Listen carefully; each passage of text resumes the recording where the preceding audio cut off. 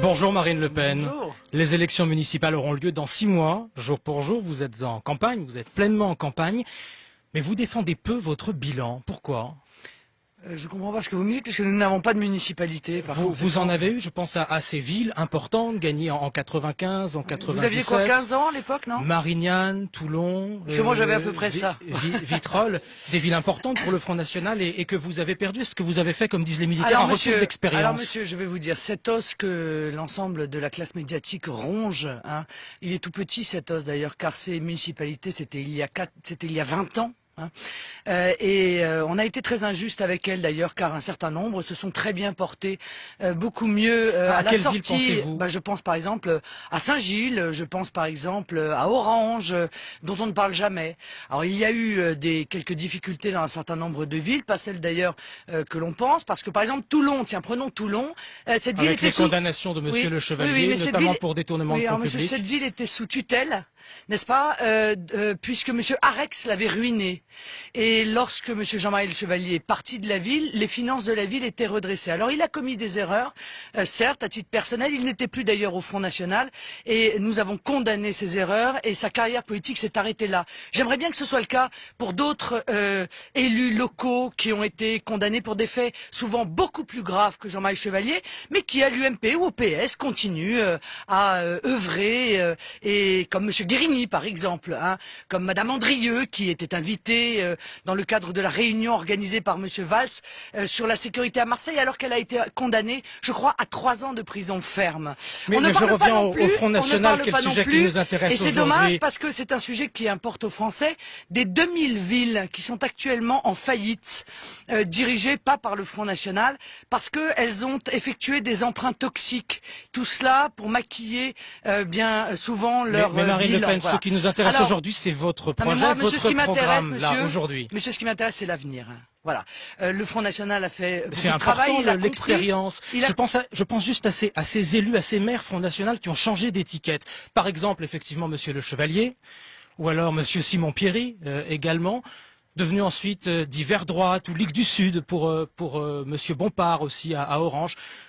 Pourquoi ont-ils quitté le Front National? Parce que je crois que la pression a été trop forte. Il y a 20 ans, c'était très difficile d'avoir une municipalité.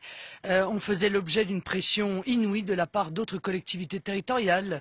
Un grand nombre de subventions s'arrêtaient et manifestement, ils n'avaient pas les épaules pour supporter, pour beaucoup d'entre eux, cette pression. La situation s'est beaucoup améliorée dans ce domaine aussi parce que les lois ont changé. Donc moi, ce qui m'intéresse aujourd'hui, c'est l'avenir. Je sais qu'on adore le passé, hein, dans la classe médiatique et politique, mais moi ce qui m'intéresse c'est l'avenir. Dans cet avenir-là, cher monsieur, nous allons avoir un certain nombre de villes et nous allons pouvoir démontrer aux Français ce que nous sommes capables de faire. Je suis d'ailleurs étonné, monsieur, parce que la classe politique tout entière ne cesse de dire si le Front National gagne des villes, ça va être épouvantable, ils vont commettre des erreurs de gestion terribles. Alors pourquoi mettent-ils autant d'énergie à nous empêcher de gagner ces villes? Ils devraient au contraire nous faciliter la tâche. Bon, vous voyez bien la contradiction qui est la leur. La réalité, c'est que nous allons gagner des villes, nous allons avoir des centaines de conseillers municipaux, nous allons défendre nos idées, nous allons lutter contre la subvention aux associations communautaristes. Il y a cette charte d'action municipale. Oui. Hein, cela figure dans cette charte d'action municipale. J'ai pas bien compris en lisant cette charte si vous étiez prêt à diriger des villes avec des élus de l'UMP par exemple. Certains sympathisants de l'UMP le souhaitent. Vous n'avez pas compris car vous prenez le problème à l'envers, cher monsieur. Nous avons fait une charte des points non négociables qui sont une plateforme de rassemblement. S'il y a des patriotes de droite ou de gauche qui se reconnaissent dans ces 10 points non négociables, le refus d'augmentation des impôts qui étrangle les Français, le refus, comme je vous l'ai dit, des subventions aux associations communautaristes, la lutte pour la défense de la laïcité, eh bien, ils peuvent effectivement nous rejoindre dans le cadre d'une gestion municipale. Mais dans l'autre sens, est-ce que vous seriez prêt, vous, à rejoindre une équipe UMP? Ça peut se passer dans les deux sens, après tout. Non, mais monsieur, il n'y a pas d'accord national avec l'UMP. Voilà, les choses sont claires. Il y a eu un certain nombre de villes dans lesquelles des élus locaux se sont mis ensemble. Oui, c'est arrivé dans le passé. Voyons, on reparle du passé, finalement. Bien souvent sans étiquette. Non, vous vous trompez, c'est actuellement. Bon, mais si je vous laissais terminer ma phrase, peut-être on pourrait pourrait avancer.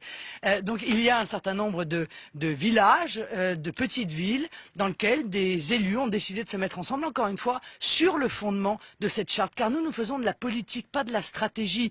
Nous ne sommes pas là pour sauver la mise de tel ou tel élu, pour sauver son fauteuil, pour sauver son mandat. Nous sommes là pour nous engager sur des objectifs auprès de la population, des objectifs qui répondent à leurs préoccupations essentielles et qui, pour l'instant, permettez-moi de vous dire, n'ont pas été respectés ni par l'UMP ni par le PS. Car j'aimerais bien connaître une ville dans laquelle l'UMP ou le PS, par exemple, n'a pas augmenté les impôts. J'aimerais connaître une ville dans laquelle on ne subventionne pas les associations communautaristes. Or, je n'en connais pas actuellement. Avez-vous un modèle? Y a-t-il une ville modèle pour vous et pour le Front National aujourd'hui? Que nos auditeurs essaient d'imaginer ce que pourrait être une gestion Front National à la tête d'une mairie. Mais monsieur, vous en avez eu des villes gérées par le Front National, car, par exemple, si monsieur Bompard a quitté le Front National pour des raisons personnelles, vous le savez, d'inimitié notamment avec certains dirigeants du Front National, il n'en demeure pas moins que la politique qu'il a mis en œuvre était celle qui correspondait, je pense, à ses convictions. Mais nous n'avons pas de modèle. Vous allez voir ce que nous sommes capables de faire. Les Français vont le voir. Et c'est ainsi, d'ailleurs, c'est par cette preuve que nous allons leur apporter, nous n'avons pas peur de cette preuve, qu'ils s'apercevront que tout ce qui a été dit sur le Front National était faux. L'actualité politique ce matin, Marine Le Pen, c'est aussi le grand succès d'Angela Merkel, qui va effectuer un troisième mandat, un raz-de-marée qui va encore plus loin que ce que les sondages donnaient à la fin de la semaine dernière. Est-ce que sa victoire vous impressionne? Oui, enfin non, je crois qu'elle était attendue. Moi, ce qui m'impressionne, c'est la percée de l'Alternative pour l'Allemagne, qui est un parti anti-euro, qui a été créé il y a 6 mois et qui, en 6 mois, a réussi déjà presque à atteindre 5%, c'est-à-dire a presque réussi à entrer au Bundestag. Ça, c'est très intéressant, parce que ça prouve que les choses changent. Maintenant, Madame Merkel a été... précisément, là, pour vous? Ce qui change, c'est l'euro critique, c'est-à-dire la conscience dans beaucoup de pays européens que l'Union européenne est devenue une Union soviétique européenne, que l'euro, monnaie unique, est un obstacle considérable non seulement à notre prospérité, mais également au retour de l'emploi, que l'euro est une des raisons majeures de l'effondrement de notre système économique et social. Et moi, j'attends avec impatience de voir ce que Mme Merkel va faire demain, car vous savez qu'elle a laissé quand même un certain nombre de problématiques de côté pendant la campagne. Or, beaucoup d'Allemands sont aujourd'hui opposés à continuer à verser, comme beaucoup de Français d'ailleurs, des plans de renflouement de l'euro. La France, ça lui a déjà coûté 72 milliards d'euros d'aggravation de la dette, les différents plans de renflouement. Et on attend le 3e plan de renflouement de la Grèce. Il ne faut pas aider la Grèce, Marine Le Pen. Mais il faut arrêter les plans de renflouement. Et vous savez pourquoi?